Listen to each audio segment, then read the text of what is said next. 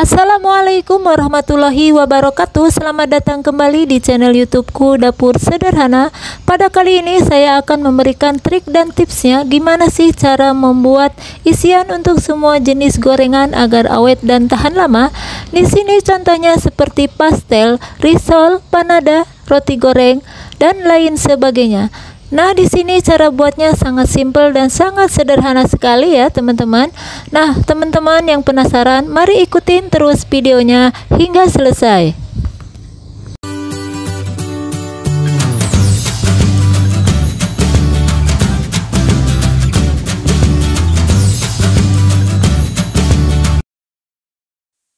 Langkah pertama, kita siapkan panci yang berisikan air secukupnya.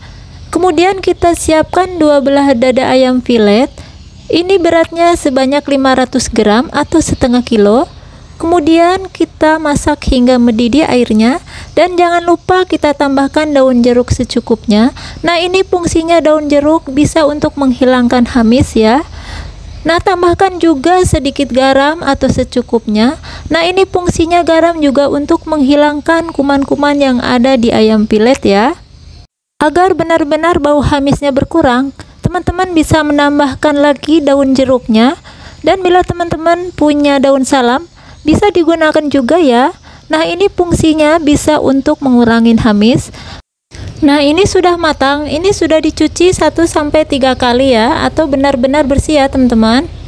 Nah, teman-teman perlu ketahui, untuk menghindari bakteri atau kuman-kuman yang ada pada ayam filet, teman-teman bisa menggunakan trik yang pertama ya, yaitu dengan cara direbus dulu, kemudian dibuang airnya dan dicuci betul-betul bersih ya.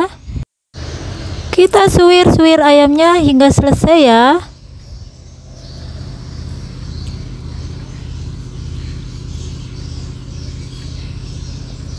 Kalau sudah disuwir-suwir semua, teman-teman bisa pilih 2 versi, yaitu versi pertama disuwir-suwir saja dan versi kedua yaitu dengan cara diiris-iris kembali. Nah, ini kalau saya pribadi saya lebih suka yang diiris-iris kembali, karena kalau untuk pembuatan isian gorengan dalam jumlah yang banyak itu nanti akan isiannya sama rata ya.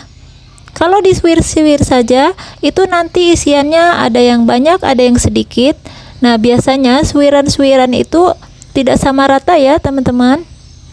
Tapi kembalikan ke teman-teman semua ya, seleranya yang mana teman-teman bisa pilih sendiri. Kalau udah, kita akan sisihkan, kemudian kita siapkan wortel dan kentang. Di sini sudah dikupas dan dicuci bersih masing-masing. Untuk berat kentangnya sebanyak 500 gram dan wortelnya sebanyak 300 gram. Nah, ini untuk pemotongan kentang dan wortelnya. Ini ada 2 versi juga, teman-teman bisa pilih sendiri ya. Untuk versi yang pertama, kita potong dadu seperti ini.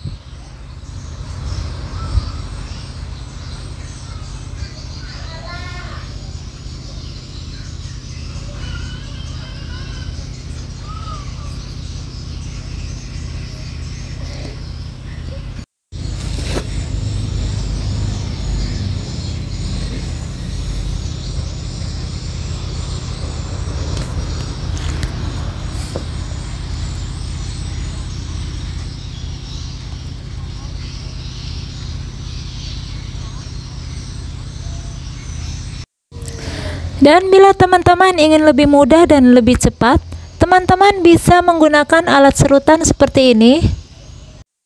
Serut kentang dan wortel hingga selesai ya. Nah, untuk saya pribadi, saya lebih suka yang diserut seperti ini, karena kalau untuk pembuatan gorengan dalam jumlah yang banyak, ini bisa lebih mudah dan lebih cepat.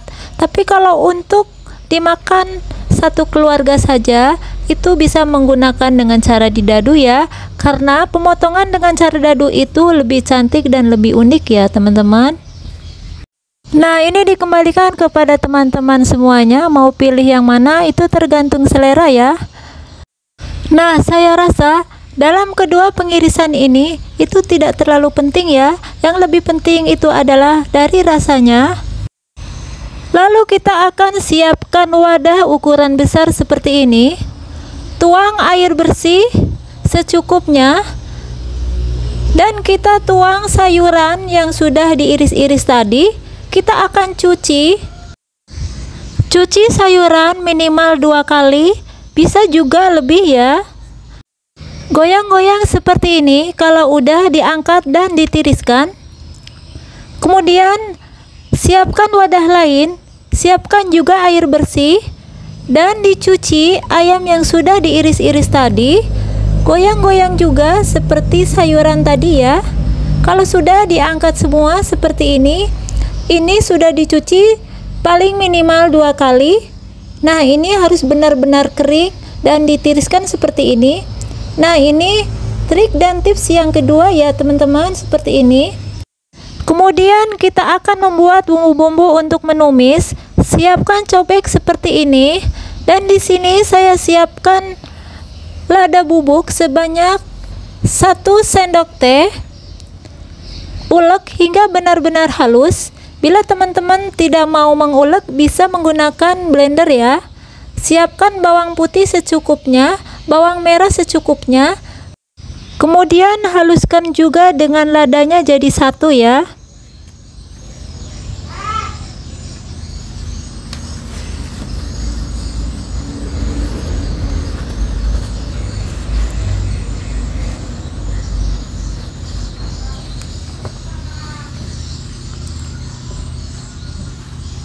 Nah, untuk menghaluskannya seperti ini saja. Kemudian siapkan bawang daun dan seledri secukupnya. Lalu diiris-iris sesuai selera.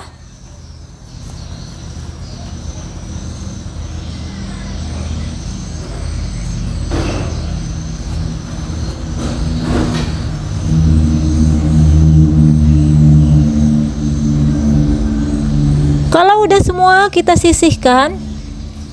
Lalu siapkan wajan, siapkan minyak secukupnya. Tumis semua bumbunya hingga wangi ya.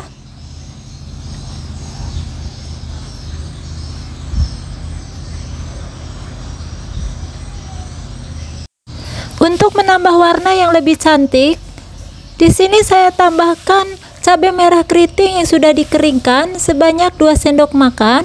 Bila teman-teman tidak suka, bisa di skip ya.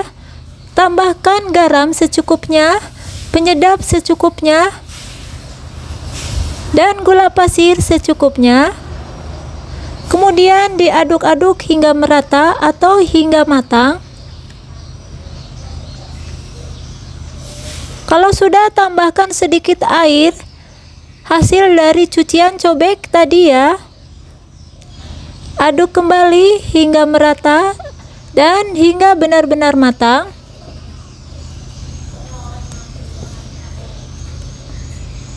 Kalau sudah matang, tuang semua sayurannya yang sudah dicuci tadi. Aduk kembali hingga semua tercampur merata. Kalau sudah, tambahkan sedikit air agar benar-benar sayurannya matang. Untuk kematangannya kita tutup selama 5 menit. Kalau udah 5 menit, kita aduk kembali untuk memastikan sayurannya matang atau belum ya. Kalau udah, terakhir yaitu ayam yang sudah diiris-iris tadi dan sudah dicuci, kita tuang. Kemudian kita campurkan dan kita aduk-aduk kembali hingga merata.